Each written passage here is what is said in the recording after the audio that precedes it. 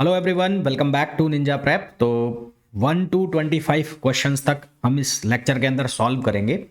और जब मैं सॉल्व करूंगा तो मैं ये उम्मीद करता हूँ कि जो फार्मूला वगैरह मैं लिखूंगा तो वो आप लोगों को याद होने चाहिए। नहीं है तो यहाँ से आप देख के अपने नोट्स बना सकते हैं फार्मूला वाले, वहाँ से भी नोट्स प्रिपेयर हो जाएंगे क्योंकि बहुत सारे क्वेश्चंस हम करने वाले हैं। साथ ही साथ जो सॉल्यूशंस मैं बताऊंगा आपको वो क्रिस्पी सॉल्यूशंस होंगे, तो बहुत आसानी के साथ आपको समझ में आएंगे। तो चलिए स्टार्ट करते हैं। सबसे पहला जो क्वेश्चन है उसके अंदर हमें बोला गया है to coherent sources of intensity ratio 100:1 interfere the ratio of intensity between maxima and minima. Maxima और मिनिमा के बीच में जो इंटेंसिटी का रेशो है वो हमें बताना है।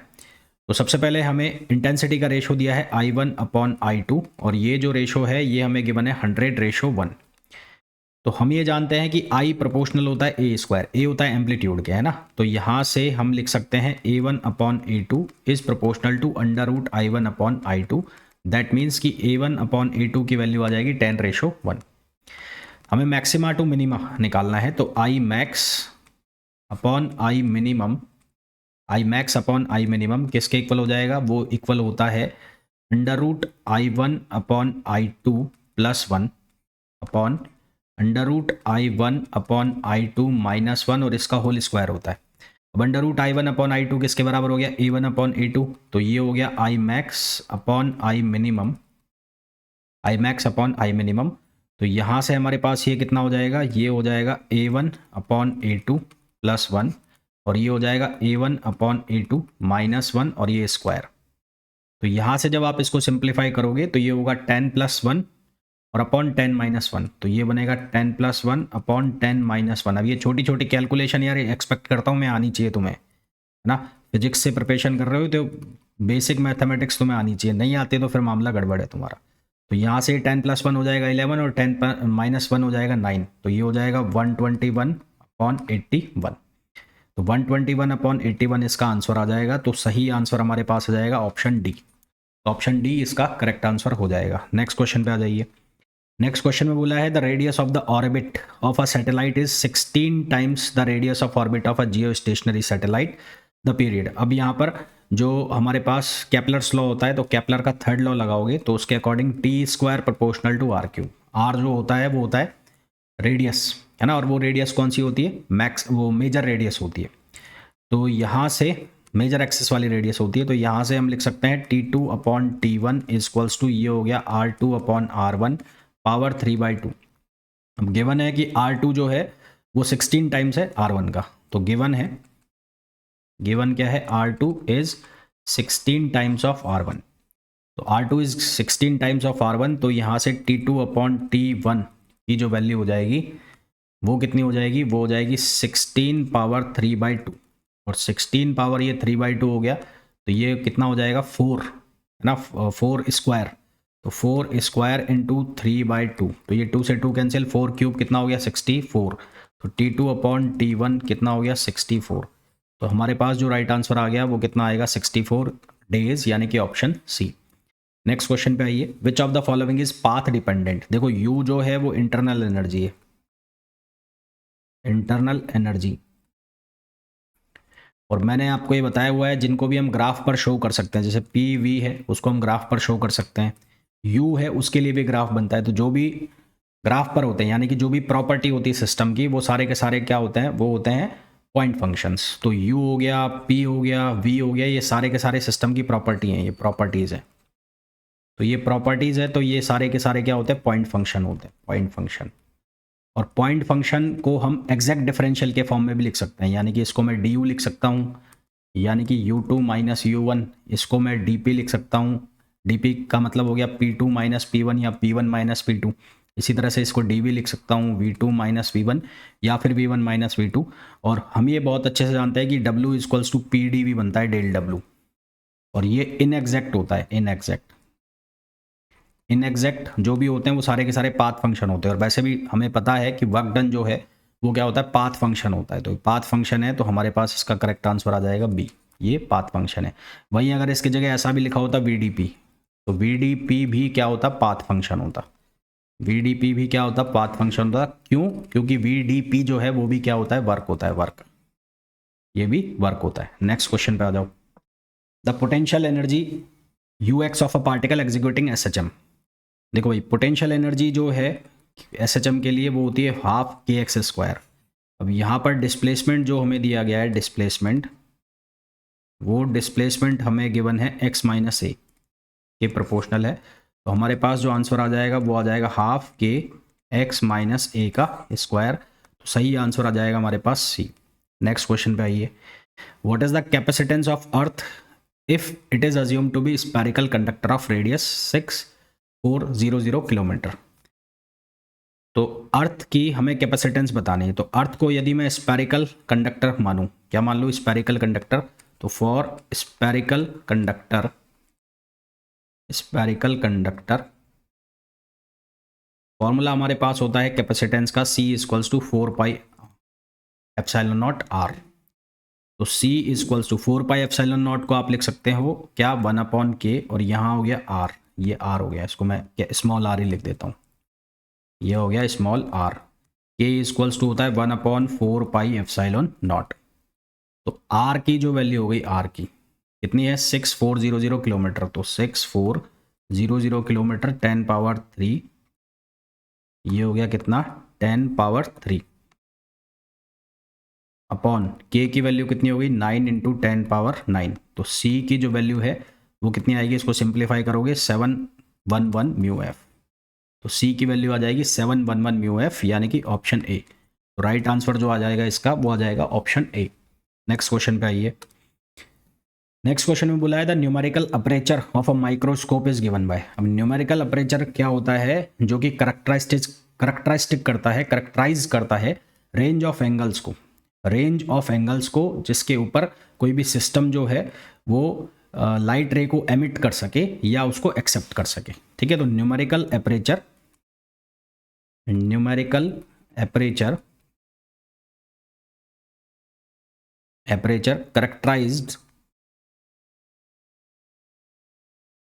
characterize the range of angles over which the system can accept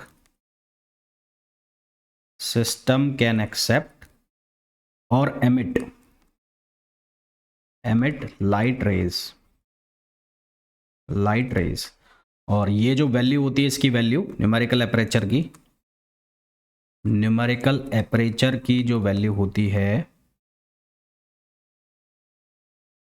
वो वैल्यू होती है म्यू साइन आई। क्या वैल्यू होती है, म्यू साइन आई, यानी कि हमारे पास ऑप्शन आ जाएगा इसका बी। तो बी इसका करेक्ट आंसर हो जाएगा। ठीक है, नेक्स्ट क्वेश्चन पे आ जाइए। नेक्स्ट क्वेश्चन में हमें बोला है infinite equal Q are placed along a line at distance 1 metre. अब यहाँ पर क्यू जो है, क्यू का मतलब हो गया चार्ज। तो ये कोई लाइन है, इसके ऊपर मैं यहाँ पर रेफरेंस ले लेता हूँ। यहाँ 1 मीटर की डिस्टेंस हो गई, ये 1, 2, ये 4 मीटर हो गया, ये 6 मीटर हो गया। इस तरह से इनफाइनाइट चार्ज प्लेस्ड है। तो V इक्वल्स टू होता है के क्यू अपॉन आर। तो नेट V की वैल्यू अगर मैं निकालूँ तो वो कैसे लिखेंगे, के क्यू, ये तो कॉमन हो जाएगा हर जगह। बनेगा क्या हमारे पास, पहले 1, फिर 1/2, फिर 1/4, फिर 1/6, और ये 4 के बाद है 16, और फिर इनफाइनाइट तक ये जा रहा है। तो यहाँ पर ये मेरे को एक GP दिख रही है, और इस GP में जो R है उसकी वैल्यू हो गई 1/2, A की वैल्यू 1 और R की वैल्यू हो गई 1/2। तो फॉर इनफाइनाइट GP उसका जो सम होता है वो होता है A/1 - R। तो यहाँ से इसका सम निकाल लो, यहाँ से सम निकालोगे तो ये वैल्यू बनेगी 1/1 - 2, यानी कि क्या आ जाएगा, 2 आ जाएगा। तो V नेट की वैल्यू कितनी आ जाएगी, के क्यू, और K की वैल्यू को आप लिख दो 9 इंटू 10 पावर 9, या यहाँ पर 4 पाई एप्सिलॉन में, तो 4 पाई एप्सिलॉन नॉट में लिख दो 4 पाई एप्सिलॉन नॉट, और ये वैल्यू हो गई 2।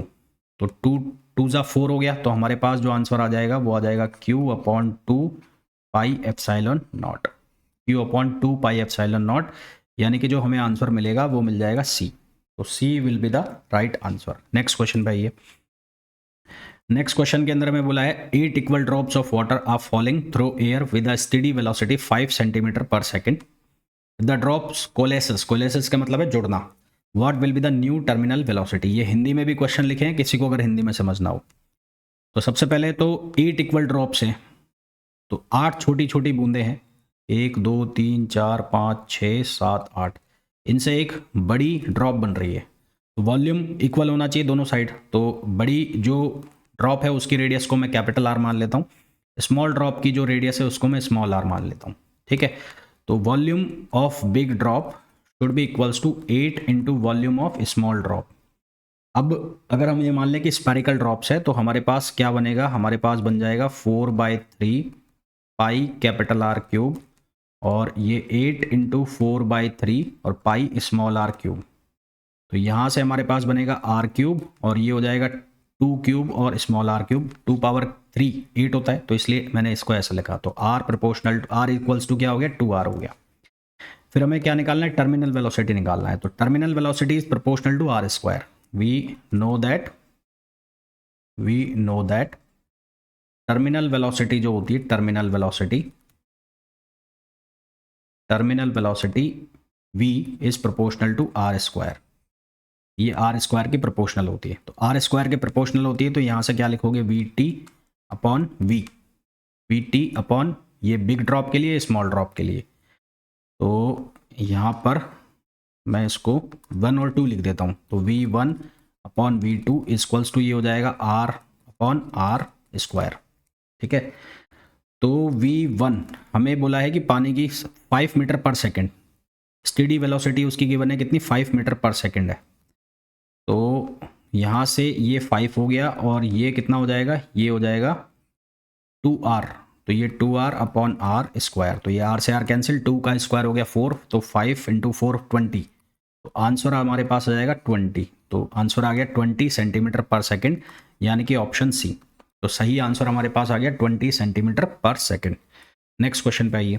The instrument use to measure optical rotation, वो इंस्ट्रूमेंट जो कि ऑप्टिकल रोटेशन को मेजर करने के काम आता है, तो वो होता है पोलारीमीटर। कौन सा होता है, पोलारीमीटर, ठीक है, पोलारीमीटर। अगर मैं स्पेक्ट्रोमीटर की बात करूं तो स्पेक्ट्रोमीटर मेजर करता है या डिटेक्ट और analyse the wavelength of electromagnetic radiation. ये जो है ये करता है detect and analyse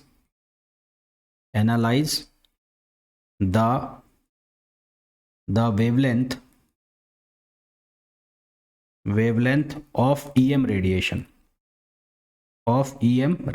electromagnetic radiation की वेवलेंथ को डिटेक्ट और एनालाइज करता है। माइक्रोस्कोप क्या करता है, माइक्रोस्कोप जो छोटी वैल्यूज़ हैं जिसको हम ऑप्टिक्स में यूज़ करते हैं, वहाँ पे उसको डिस्टिंक्ट करने के काम करता है, मतलब जो हम इमेज बनाते हैं उन दोनों इमेज को सेपरेट करने के काम करता है। पोलारीमीटर का मैंने आपको बता ही दिया, जो ऑप्टिकल रोटेशन को मेजर करने के काम आता है, ठीक है। इंटरफेरोमीटर काम आता है बहुत छोटी जो मेजरमेंट्स होती है जिनको हम मतलब नॉर्मली हम जिनको मेजर नहीं कर सकते हैं उनको मेजर करने का काम आता है इंटरफेरोमीटर। तो इंटरफेरोमीटर किस काम आता है, छोटे छोटे जो मेजरमेंट्स है उनको मेजर करने के लिए, ठीक। तो इसका आंसर आ जाएगा सी आ जाएगा। नेक्स्ट क्वेश्चन पे आइए। If the resultant r of two vectors p and q is such that r square is equals to p square plus q square, तो r स्क्वायर की वैल्यू कितनी हो गई, p square plus q square given है। तो हमारे पास जो formula होता है रिजल्टेंट का वो होता है p square plus q square plus 2pq और cos थीटा। अब हमारे पास ये गिवन है, तो इस वैल्यू को मैं यहाँ पर अगर सब्सटीट्यूट करता हूँ, इसको मैं लिखता हूँ 1 और इसको लिखता हूँ मैं 2, तो ये क्या बन जाएगा, ये बन जाएगा 2pq cos theta equals to 0, ये बनेगा। अब पी क्यू तो 0 हो नहीं सकता, तो 0 क्या होगा, cos थीटा 0 होगा, और cos थीटा 0 कब हो सकता है, जब थीटा की वैल्यू कितनी हो, 90 डिग्री। थीटा की वैल्यू कितनी, 90, तो हमारे पास करेक्ट आंसर कितना आ जाएगा, डी आ जाएगा। नेक्स्ट क्वेश्चन पे आइए। The sources of solar energy, देखो burning of hydrogen, nuclear fission, एक है न्यूक्लियर फिजन। फिजन का मतलब होता है एक बड़ा न्यूक्लियाई है, इसको डिसइंटीग्रेट करना छोटे छोटे न्यूक्लियाई में, उसको हम बोलते हैं न्यूक्लियर फिजन। फ्यूज़न का मतलब होता है जो छोटे न्यूक्लियाई हैं, 2 या 2 से ज़्यादा छोटे न्यूक्लियाई फ्यूज़ होकर एक बड़ा न्यूक्लियाई बनाते हैं। तो न्यूक्लियर फ्यूज़न जो प्रोसेस है उसके अंदर बहुत ज़्यादा एनर्जी निकलती है, लिबरेट होती है। तो सोर्स ऑफ सोलर एनर्जी जो है यानी कि सूरज की ऊर्जा, तो सन जो है उसके अंदर भी कौन सी रिएक्शन चल रही है, न्यूक्लियर फ्यूज़न रिएक्शंस चलती रहती है लगातार। छोटे छोटे जो न्यूक्लियाई हैं वो कंबाइंड होकर बड़े न्यूक्लियाई बनाते रहते हैं। तो इसका सही आंसर क्या आ जाएगा, सी आ जाएगा। तो C is the right answer. Next question पे आइए। 20 gram of ice at 0 degree centigrade melts to water at 0 degree centigrade, the entropy change. तो हमारे पास एंट्रोपी का फॉर्मूला होता है delta S. Delta S is equals to Q upon T. अब क्योंकि यहाँ पर मेल्ट हो रही है तो फेस चेंज हो रहा है, तो फेस चेंज हो रहा है, तो फॉर फेस चेंज ये जो हीट है वो लिखी जाती है लेटेंट हीट। कौन सी हीट है, लेटेंट हीट। फेस चेंज के लिए हमेशा जो हीट लिखी जाती है लेटेंट हीट। अगर टेम्परेचर चेंज हो रहा होता तो उसके लिए लिखते हैं हम कौन सी उसके लिए हम लिखते हैं लेटेंट हीट, और एक होती है हमारे पास सेंसिबल। तो टेम्परेचर चेंज होता तो उसकी हम लिखते हैं हम सेंसिबल हीट। तो क्यू एल इक्वल्स टू क्या हो जाएगा, एम एल। तो डेल्टा एस की जो वैल्यू है, डेल्टा एस ये बन जाएगा एम एल अपॉन टी। तो m की वैल्यू आपको गिवन है 20 ग्राम है, तो ये 20 ग्राम, यहाँ पर 80, और टेम्परेचर जो है वो आपने 0 डिग्री टू 0 डिग्री यानी कि 273। तो यहाँ से हम इसको सॉल्व करेंगे तो ये आएगा 5.96 कैलोरी पर kelvin.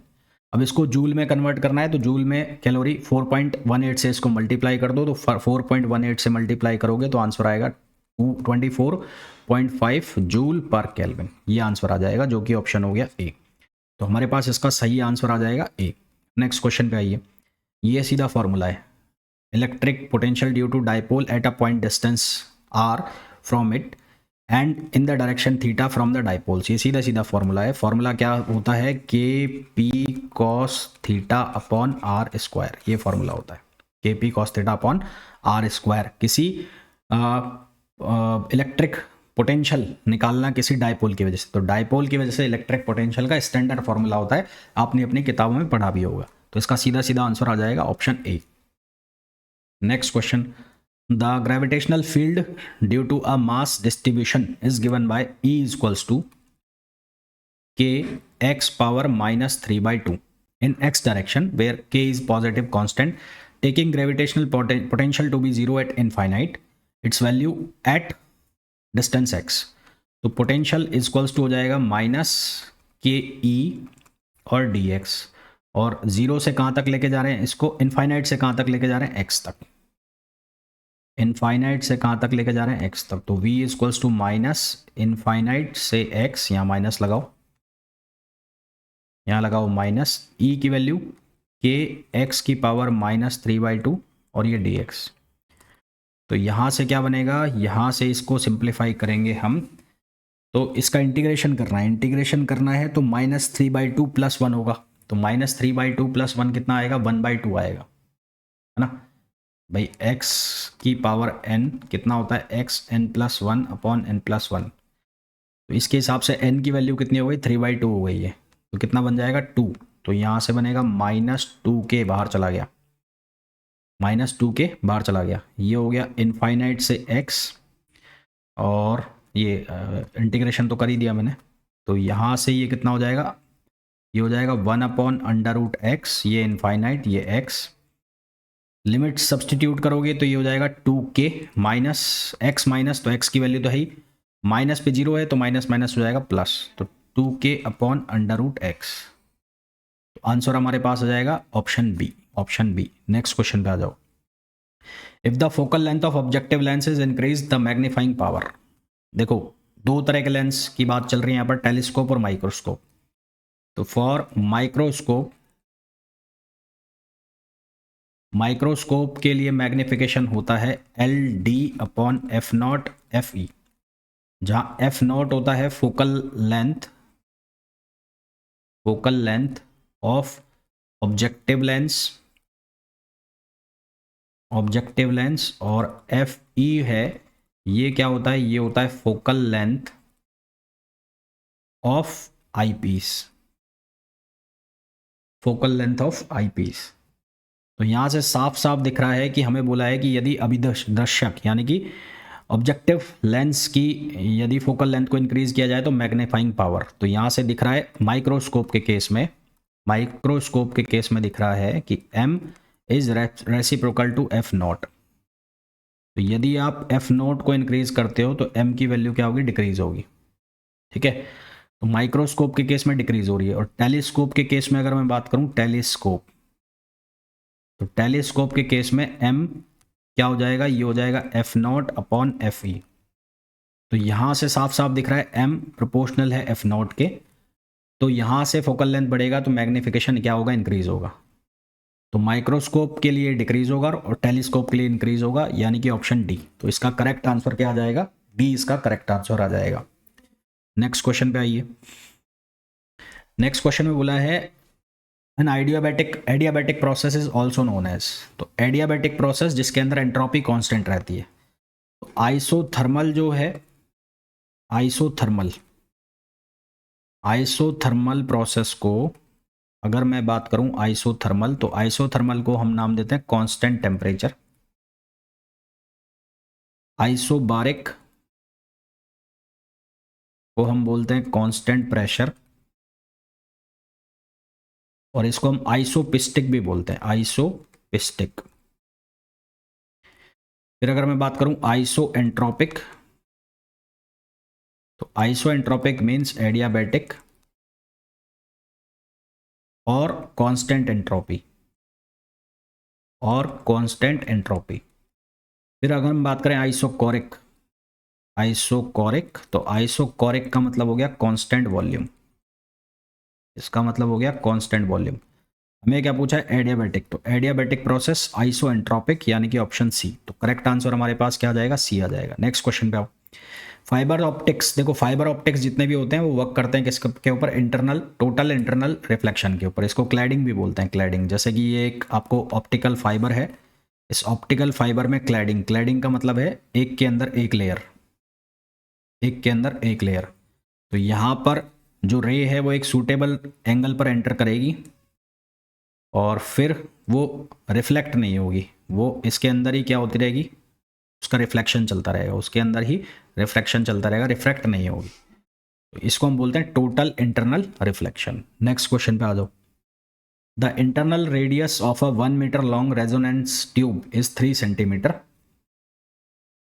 with a tuning fork of frequency 2000 Hz. The first resonating position is 4.6 and second resonating position is 14 centimetre. इसका फॉर्मूला होता है, तो L1 हमें गिवन है कितना है, 4.6 सेंटीमीटर, और L2 जो हमें गिवन है वो कितना है, 14 सेंटीमीटर, 14.0 सेंटीमीटर L2 है।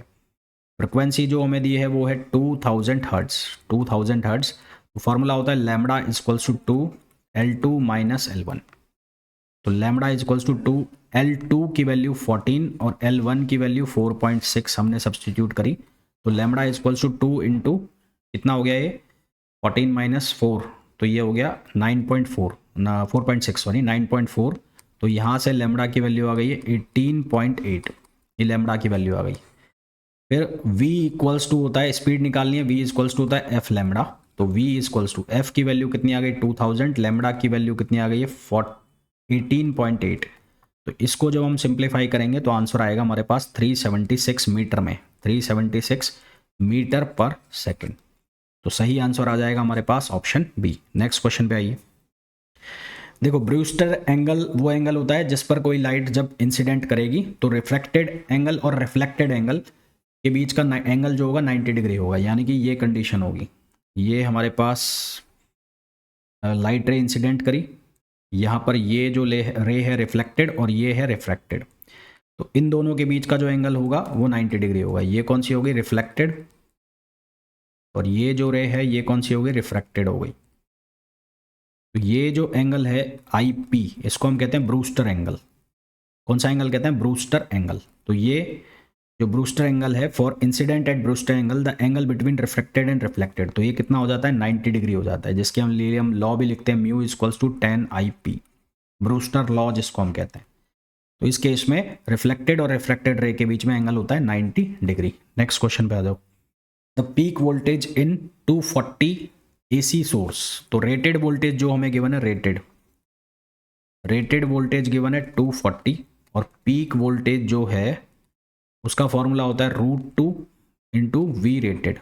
RMS भी आप इसको बोल सकते हो, VRMS equals to V peak upon √2, तो V peak equals to √2 × V rated. तो यहाँ से वी पीक जो है उसकी वैल्यू हो गई √2 और रेटेड कितना हो गया 240, तो आंसर हमारे पास हो जाएगा 340 वोल्ट।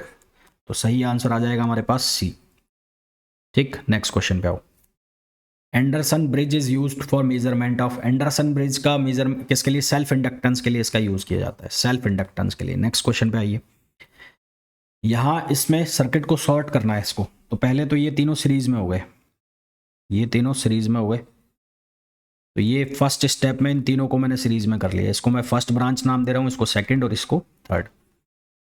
तो ये सीरीज में हो गए, तो C इक्विवेलेंट इसका जो हो जाएगा 1/C इक्विवेलेंट वो हो जाएगा 1/3 प्लस 1/3 प्लस 1/3, तो ये हो जाएगा 3/3, यानी कि C इक्विवेलेंट की वैल्यू हो जाएगी 1। तो इसका जो सर्किट डायग्राम है वो रिड्यूस करने के बाद एलिमेंट्स को बचेगा ये 3, यहाँ पर हो जाएगा 3, यहाँ पर हो जाएगा 3, ये बच जाएगा। अब उसके बाद ये 3, ये 3 और ये 3, और यहाँ पर ये वैल्यू हो गई कितनी 1, तो ये हो गई 1 म्यू एफ, और ये कितना हो गया 3 म्यू एफ, ये कितना हो गया 3, ये हो गया 3, ये हो गया 3, ये हो गया 3, ये हो गया 3, और ये हो गया ए और बी। अब क्या होगा, ये दोनों जो हैं पैरेलल में आ गए, ये दोनों पैरेलल में आ गए, तो ये पैरेलल में आ गए, तो इनका इक्विवेलेंट कितना होगा 3 + 1, यानी कि ये 4 म्यू एफ हो जाएगा, 4 म्यू एफ। तो नया जो अरेंजमेंट बनेगा वो कुछ ऐसे बनेगा, ये 3, ये 3, ये 3, तो ये ए है, ये बी है, ये 3, ये 3 और ये 3, उसके बाद ये वाला 3, ये वाला 4 हो जाएगा और ये हो जाएगा 3। अब ये तीनों जो हैं ये तीनों किस में आ गए, सीरीज में आ गए, ये तीनों सीरीज में आ गए। तो इसका सीरीज अरेंजमेंट बनाओ, तो इसका जब सीरीज अरेंजमेंट बनाओगे तो 1/C इक्विवेलेंट ये लिखोगे 1/3 प्लस 1/3 प्लस 1/4, तो ये बन जाएगा कितना 12, तो ये 4 + 4 + 3, तो ये कितना हो जाएगा 11/12। तो यहाँ से C इक्विवेलेंट इसका बनेगा 12/11।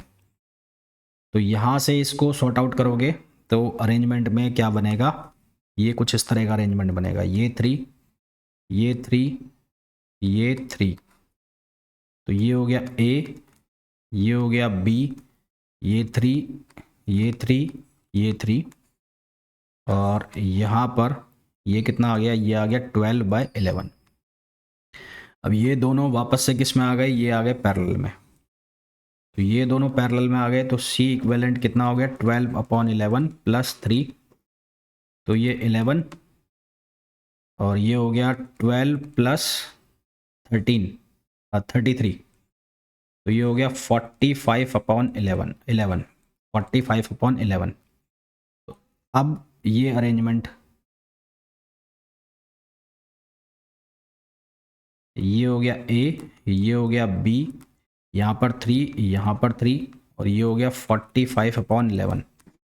तो C इक्विवेलेंट ये किस में आ गए, सीरीज में आ गए, तीनों सीरीज में आ गए, तो 1/3, 1/C इक्विवेलेंट 1/3 + 1/3 + 11/45, तो ये हो गया 45, ये हो गया 15 + 15 + 11, तो ये हो गया 41/45, यानी कि C इक्विवेलेंट की वैल्यू कितनी हो गई 45/41। हमें क्या निकालना है, हमें निकालना है किसकी वैल्यू को, चार्ज की वैल्यू को निकालना है ना, चार्ज। तो चार्ज किसके इक्वल होता है, Q इक्वल्स टू होता है C इक्विवेलेंट × V, तो ये हो जाएगा 45/41, और V की जो वैल्यू है पोटेंशियल, पोटेंशियल 100 वोल्ट का है, पोटेंशियल जो है वो है 100, तो ये 100, तो इसको सॉल्व करो, तो यहाँ से सॉल्व करोगे तो ये बनेगा 45/41 × 100, तो ये लगभग आएगा 109.7, जो कि आसपास हम ले लेंगे 100 म्यू C के। तो हमारे पास जो इसका आंसर आ जाएगा वो आ जाएगा 100 म्यू C, यानी कि ऑप्शन ए। ठीक है, नेक्स्ट क्वेश्चन पे आ जाओ। नेक्स्ट क्वेश्चन में बोला है the light from the sun has maximum intensity for the wavelength 470 nm assuming that the surface of the sun emits as a black body calculate the temperature of the sun. Wien constant आपको दिया हुआ है, तो यहाँ पर Wien का जो formula है वो आपको यूज़ करना है, lambda M T equals to B. हमें क्या निकालना है, assuming the calculate the temperature, तो T equals to B upon lambda M. P की वैल्यू को अगर मीटर में लिखना है तो 2.88 इंटू 10⁻³ लैम्डा की वैल्यू 470, तो 470 इंटू 10⁻⁹ इसको सिंप्लीफाई करना है, तो इसको सिंप्लीफाई करो 2.88 डिवाइड बाय 470, तो यहाँ से आंसर आएगा 6128।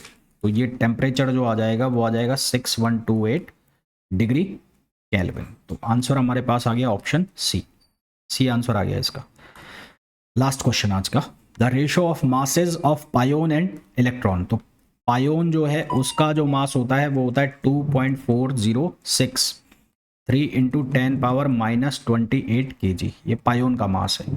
और इलेक्ट्रॉन का मास जो होता है 9.1 इंटू 10⁻⁻31। हमें रेशो निकालना है MP अपॉन ME, तो ये हो जाएगा 2.4063 इंटू 10⁻⁻28 अपॉन 9.1 इंटू 10⁻⁻31, ये आएगा अप्रॉक्सीमेटली 270। तो आंसर हमारे पास आ जाएगा 270 which is the option A.